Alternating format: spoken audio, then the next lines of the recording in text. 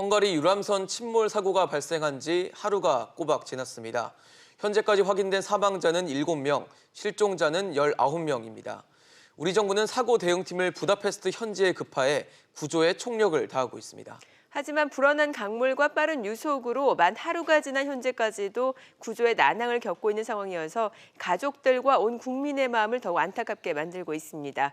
헝가리 유람선 침몰 사고의 자세한 경위와 구조 상황 어떻게 되고 있는지 살펴보도록 하겠습니다. 유원대학교 경찰소방행정학부 염건은 교수, 법무법인 해명 손정혜 변호사입니다. 두 분 어서 오세요. 어서 오십시오. 안녕하세요.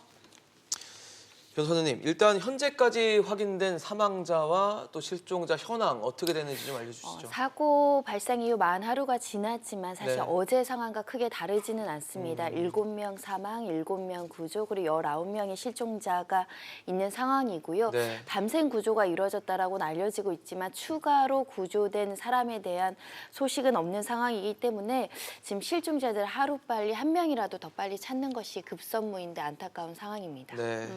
지금 사실 단 한 명이라도 생존 소식이 절실한 상황인데 구조가 지금 어렵단 말이죠. 어떻게 봐야 될까요? 네, 이 배경에 진짜 대해서. 지금 현재 기상이 너무 안 좋은 예. 그런 상태다라고 보여지고요. 그러니까 지금 15일부터 20일까지 일주일 동안 계속 폭우가 내렸던 그런 상황입니다. 거기다가 이제 나흘째 계속 궂은 날씨가 계속되고 있기 때문에 결과적으로 봤을 때는 지금 이렇게 유량이 상당히 많이 늘어난 상태다. 네네. 유량이 늘어나게 되면 이 강도 파도가 치게 돼요. 그렇기 때문에 결과적으로는 수색 및 구조 작업에 상당한 난항을 겪을 수밖에 없다. 그리고 지금 유량이 지금 한 4,000에서 거의 한 4,500 세제곱미터 정도, 그러니까 평상시에 2배 정도로 늘어났다라고 보시면 될 것 같고요. 바람이 지금 현재 시속 최대 27m로 불고 있다라고 해요. 상당한 강풍이 지금 불고 있는 상태이고 수위가 5.7에서 5.8m까지 상승했던 그런 상태이고 특히나 이제 상류 쪽에 있는 오스트리아 같은 경우에 계속 지금 물을 방출하고 있는 상태여서 지금 크로아티아가 영향을 받고 있다고 해요. 그러다 보니까 결국은 지금 수위가 계속 불어날 수밖에 없는 그런 상태. 그러니까 결과적으로 기상이 사실 좀 도와주지 못하는 그런 악조건을 갖고 있는 그런 네. 경우고 특히나 이 지금 유량이 불어난 상태에서는 그 부유물이 이제 존재하게 됩니다. 그렇죠. 그게 무슨 얘기냐면 강 안에가 안 보인다는 얘기예요. 그러다 보니까 지금 헝가리에서도 지금 구조 작업을 해서 최선을 다하고 있거든요. 네. 오스트리아에 있는 뭐 잠수부 특수구조사 10명을 지금 파견해가지고 지금 구조 대기도 하고 있는 그런 상태인데도 불구하고 지금 안에 있는 부유물이랑 또 강풍과 또 불어난 유량 때문에 결국은 지금 수중 잠수 작업조차도 상당히 위험하다라고 판단을 하고 있다라고 해요. 특히나 지금 원래는 어제 외교부에서 요청을 해가지고 지금 안에 있는 그 지금 선박이 침몰한 그런 상태에서 침몰된 선박을 오늘 인양하겠다라고 얘기를 했었는데 그것이 지금 헝가리 현지 당국에서는 판단하건대 수중 잠수도 상당히 어렵고 근처에 부표를 설치해 놨지만 그럼에도 불구하고서 인양하기가 굉장히 어렵다. 왜냐하면 주변에 지금 바지선이 대기를 하고 있어요. 네. 크레인선이 대기를 하고 있는데 그럼에도 불구하고 지금 인양하기가 굉장히 어려운 작업이다. 왜냐하면 추가적으로 또 인양을 하거나 구조하는 작업에 또 인명 손실이 발생할 우려가 있어서 그것도 걱정되는 상당히 부분이죠. 주의를 기울이고 있는 그런 상태인데 그렇다고 지금 헝가리 정부가 손을 놓고 있는 그런 상태는 아닙니다. 최선을 다하고 있는 상태거든요. 네. 악조건의 기상이 사실 지금 빨리 좀 나아지면 그러게요. 좀 좋을 것 같다라는 생각합니다. 네, 참 안타까운 상황이 벌어지고 있는 건데 지금 상황 자체를 보면 그 야경 투어를 끝내고 한국인 관광객을 태운 유람선이 이제 정박을 하려고 하고 있었고 그보다 큰 유람선이 이제 출항을 하다가 충돌한 상황이라는 거죠. 네, 그렇습니다. 같은 방향으로 가던 두 배가 갑자기 방향을 틀어서 충돌에 이르게 됐고 네. 그리고 작은 유람선이 뭐 표현에 의하면 두동강 나듯이 침몰을 했다. 침몰하는 데는 7초도 걸리지 않았고 신고받고 한 10분 안에 이제 출동을 했지만 현장에서 제대로 된 구조가 이루어지지 않았다고 하는 것인데요. 네. 현재 경찰에서 과정들을 수사하고 있습니다. 어떤 원인으로 충돌을 했는지 여부도 이제 조사의 대상이 될 것이고요. 바로 그 선장에 대해서 체포 소식이 알려지고 있습니다. 네. 지금 구금된 상태로 알려지고 있기 때문에 수사 진행 과정에서 크루즈베이 선장이 왜 방향을 틀었고 왜 충돌을 하게 됐고 그 당시에 안전거리 확보라든가 이런 건 어떻게 됐는지 여부는 수사 과정에서 밝혀질 수 있어 보이긴 하지만 어찌 됐든 현재 큰 배와 작은 배가 부딪히면서 그 큰 배가 작은 배를 보지 못했을 가능성까지 지금 나오고 있어서 정확한 사고 원인은 조사가 좀 더 이루어져야 되는 상황입니다. 네. 자, 이 침몰한 유람선 하블레아니호가 건조된 지 70년이나 지난 노후 선박이라고 하더라고요. 네, 사실 뭐 우리나라 같으면은 폐기됐어야 되는 그런 네. 선박이죠. 우리나라 같은 경우 이제 세월호 사건 이후에 이제 규정이 상당히 강화됐기 때문에 네. 연한을 넘긴 그런 선박은 이미 폐기가 되는 상태인데 지금 헝가리의 어떤 그 나라의 어떤 구조적인 부분을 봐야 될 것 같아요. 헝가리가 기본적으로 이제 소련의 영향을 받아서 공산주의 국가였고 1990년대에 이제 결국은 민주화가 됐던 그런 나라이기 때문에 경제 발전이 상당히 우리보다는 좀 뒤늦다라고 네. 보시면 될 것 같아요. 그래서 지금 이 선박 같은 경우도 소련에서 그 받은 선박을 갖다가 개조를 해가지고 70년이 된 그런 연안을 운영하고 있었다라고 하는 그런 상태인데, 네. 그러니까 이게 지금 헝가리의 지금 이게 우리나라의 어떤 방송에 소개가 되었고 그래서 굉장히 유명해져서 우리나라 지금 관광객들이 상당히 많이 가는 그런 상태, 그러니까 수요가 늘었던 상태라고 보시면 될 것 예. 같아요. 그러다 보니까 여기에 이제 피크 시간이 이 야경이 이제 지금 3대 야경이라고 뽑혀요. 세계 3대 야경으로 아름다운 야경을 뽑히기 보기 때문에 위해서. 이 9시는 사실은 굉장히 피크 시간, 사고가 네. 났던 시간이 결국은 이제 이쪽의 선사들 입장에서는 이 시간에 배를 많이 돌려야 되는 그런 상황이라고 볼 수가 있죠. 그러니까 현지 관광객들 다녀오신 분들 얘기로도 상당히 위험함을 느꼈다. 그래서 여기 지금 배들이 스쳐 지나가듯 그렇게 지나가기 때문에 너무 많은 배들이 언젠가는 다녀서. 사고가 날 것이다. 이런 느낌을 받았다라는 그런 의견들이 있어요. 예. 그러다 보니까 그러니까 선박도 마찬가지인 거죠. 이 선박이 많이 필요하다 보니까 지금 연안이고 뭐고 따지고 할 필요가 없는 거예요. 그쪽 입장에서. 그러다 보니까 그냥 가용할 수 있는 선박을 모두 투입했던 그런 상태였고 네. 거기다 보니까 안전에 대한 점검이라든지 조치를 하지 않았던 상태. 그러니까 지금 보면 이제 가장 큰 문제 중에 하나로 고려되는 게 구명조끼를 입었냐의 문제잖아요. 네. 근데 네네. 이제 공식 발표에 의하면 구명조끼를 입지 않았다라고 얘기를 하고 있고 네. 심지어는 구명조끼를 비치했냐라는 여부도 있는데 지금 상황에서는 구명조끼도 배에 없었던 그런 상태였던 것 같아요.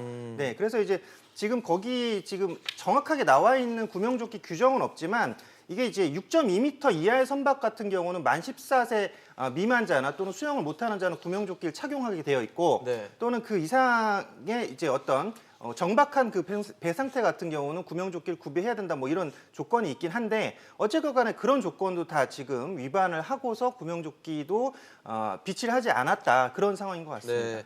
일단 배를 아까 말씀해 주셨는데 굉장히 오래된 70년이 넘은 이제 배라고 하는데 보니까 1945년에 구소련에서 건조를 하고 나서 80년에 엔진을 또 새로 장착했다고 하는데 어쨌든 배 자체는 굉장히 노후화된 거 아닙니까? 그렇죠. 그러면 근데 이런 일들이 유럽에서는 좀 비일비재한 건지 일반적인 건지 아니면 이 헝가리의 케이스가 굉장히 안 좋은 케이스였던 건지가 좀 궁금하거든요. 뭐 일단은 유럽의 이제 다른 조건들을 갖고 그러니까 좀 선진국 같은 경우는 네. 이런 조건이 굉장히 까다롭습니다. 그러니까 헝가리 아까 말했듯이 여기에 있던 어떤 그 환경적인 영향, 구조적인 문제를 좀 따져봐야 될 것 같아요. 그러니까 아마도 지금 이 선박에 대한 어떤 노후 연한에 대한 규제를 받지 않았던 것으로 보여지고 있어요. 아직까지 정확하게 나온 내용은 없지만. 예. 선박에 대한 규정이 정확하게 없었고 또 그것에 대해서 결국은 이 선박이 노후된 선박이 운영될 수밖에 없었던 그런 구조적인 문제가 있지 않았을까라는 생각을 하는데 네.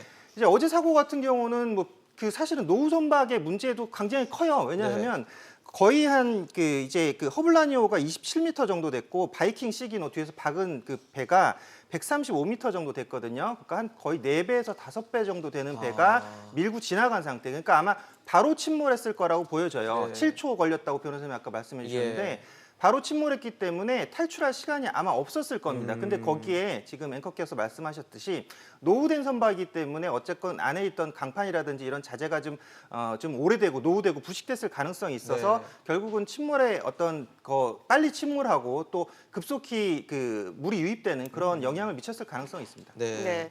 헝가리도 분명 관련법이 있을 것 같은데 이 70년대 노후 선박 그 운항에 어떤 제재도 없었을까요? 네, 국가마다 이렇게 그 선박에 대한 연한에 대한 규정은 다릅니다. 사실 예. 우리나라도 세월호 때 그 선박의 연한을 30년을 늘려서 사고의 원인이 됐다고 해서 재정비를 했기 때문에 네. 지금 현재 헝가리에는 그 선박의 연한과 관련해서 지금 제재를 받을 수 있는 상황이 아니고 그 연한이 법률적인 제재의 대상이 아닌 것으로 보입니다. 그렇기 때문에 지금 선박 업체에서도 배 자체에는 하자가 없었다. 계속 네. 안전관리 수리를 계속 계속 해왔다 이런 주장을 하고 있어서 법 체계가 다른 부분들도 마찬가지로 안전불가증 이야기가 나올 수 있습니다. 우리나라는 또 다른 법 체계로 그 노후화된 그 선박도 수리 개조라면 계속 사용할 수 있도록 해둔 부분도 우리나라 그 국민들 입장에서 굉장히 안타깝고 억울한 상황이 아닐까라는 생각이 들고요.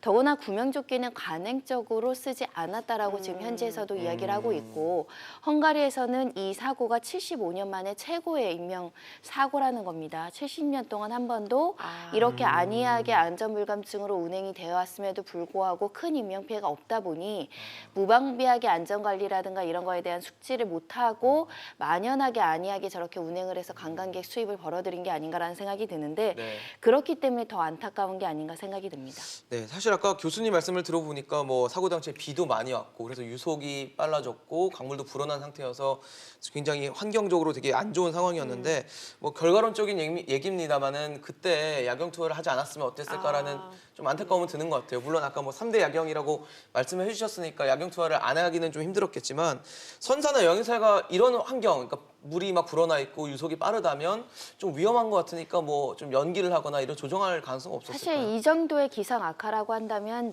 우리가 중앙 시스템으로 해서 시속 얼마, 유속 얼마, 어느 정도의 강이 불어났을 때는 전면적으로 이제 금지라거나 권고를 하거나 이런 제도가 있어야 되는데 네. 헝가리 현지에는 없다는 겁니다. 자율적으로 이제 저렇게 다니다 보니 네. 다른 여행사, 다른 업체에서 계속 그 야경 투어를 진행을 하니 이 업체도 만연하게 다른 지금 운행하는 배들이 안전하게 왔다 갔다 별 사고 없이 다니니까 네. 출항을 시켰던 것으로 보이고요. 보통 패키지 상품에 대해서는 그 관광 상품의 대금을 먼저 지급을 받죠. 그러다 보니까 예약되고 이미 대금을 치른 저 네. 크루즈 운행에 대해서 취소했을 경우에 복잡한 권리관계가 발생을 합니다. 위약금이 있을 수도 있고요. 환불을 받지 못할 수도 있고요. 다른 배들은 운행을 하는데 기상 악화만으로 취소를 했다가 여행사가 그 대금을 제대로 못 받고 고객들에게는 돌려줘야 되는 여러 가지 경제적인 복잡하네요. 손실을 생각해서 강행은 했던 것이 아닐까 생각이 들고요. 그 과정에서 또 단체로 다니다 보면 또 안전에 더 불감해지는 측면이 있습니다. 여러 명이 같이 그렇죠. 있기 때문에 또 위험하다라는 인식이 좀 적지 않았을까 생각이 드는데 네. 그럼에도 불구하고 여행사 측에서는 충분히 위험성에 대해서 고지를 하고 적어도 이 구명조끼나 이런 거에 대한 착용에 대해서는 안전 설명을 하고 그런 조치라도 하고 출항을 했어야 되는 건 아니었을까 굉장히 아쉬운 부분입니다. 네. 뭐 자연스럽게 이번 사고의 책임이 그 주체를 누구로 볼 것이냐 이 부분이 부각될 수밖에 없을 것 같은데 어떻습니까? 유람선 선사 쪽 책임이 크다고 봐야 될까요? 여행사 쪽 책임이 크다고 봐야 될까요? 일단 그 경찰에서 지금 아까 변호사님 말씀대로 현재 뒤에서 들이받은 배 선장을 구금하고 체포한 네네. 상태입니다. 왜냐하면 지금 그 허블라니오 같은 경우는 이미 관광을 마친 상태에서 정박을 한 상태였다라고 알려지고 있어요. 그러니까 근데 거기에 이제 경찰에서 얘기한 헝가리 경찰에서 얘기한 바로는 갑자기 방향을 조금 틀었고 거기서 뒤에 있던 배가 그 바이킹호가 와서 들이받았던 상태였다. 그러니까 사실 들이받으면서 거의 밑에 깔리면서 지나가는 그런 상태였다라고 했는데 추가적으로 아까 그 선장을 지금 구금 및 체포한 이유는 구조 조치를 하지 않았다는 거예요. 들이받은 상태에서 구조 조치를 하지 않고 그냥 지나가 버렸다. 그러니까 이제 사고의 책임이 있다라고 헝가리 경찰에서는 지금 뒤에서 들이받은 배 선장의 차후 책임이 있다라고 지금 보고 있는 그런 상태이거든요. 네. 그래서 이 부분은 일단 사고의 1차적인 원인은 사실은 이제 뒤에서 들이받은 배가 1차적인 원인이 있을 것 같고요. 네. 그리고 아까 말했듯이 앞에 있던 지금 허블라니오가 약간 움직였다라는 그런 부분은 좀 주목해 볼 필요성이 있어요. 어떤 네. 진로 방해를 했다든지 이런 부분은 좀 확인할 필요성이 있다고 보여집니다. 네. 일단 사실 궁금한 것 중에 하나는 유람선 선사도 있고 여행사도 있고 한데 법적인 책임이나 이런 소지를 누구한테 좀 더 무겁게 물을 수 있는 상황인지. 현재로서는 형사적 배상 책임은 유람선 선장은 현재 지금 실종된 상태이고 네. 크루즈 선장이 말씀하신 것처럼 이 사고에 대한 직접적인 책임과 구호 조치를 제대로 이행하지 않았다라는 부분, 그래서 피해를 확대시킨 부분에 대한 형사적 책임은 반드시 있을 것으로 보이고요. 네. 우리나라 법률에는 이제 업무상 과실치사로 보통은 처벌을 하게 됩니다. 네. 그리고 마찬가지로 이게 이제 민사적으로 배상 책임이 어떻게 연결될 수 있느냐.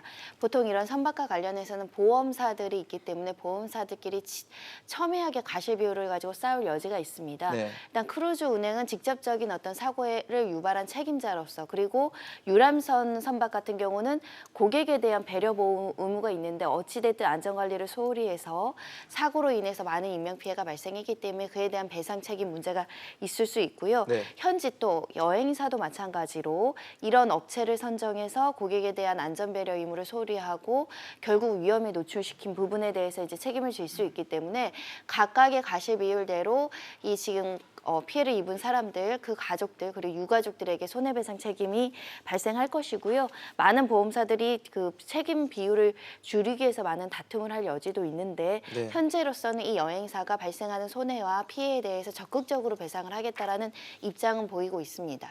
네, 알겠습니다. 계속해서 또 신속한 또 구조 소식이 좀 이어지길 좀 바랍니다. 오늘 손정혜 변호사, 연건은 교수와 이야기 나눠봤습니다. 말씀 잘 들었습니다. 고맙습니다.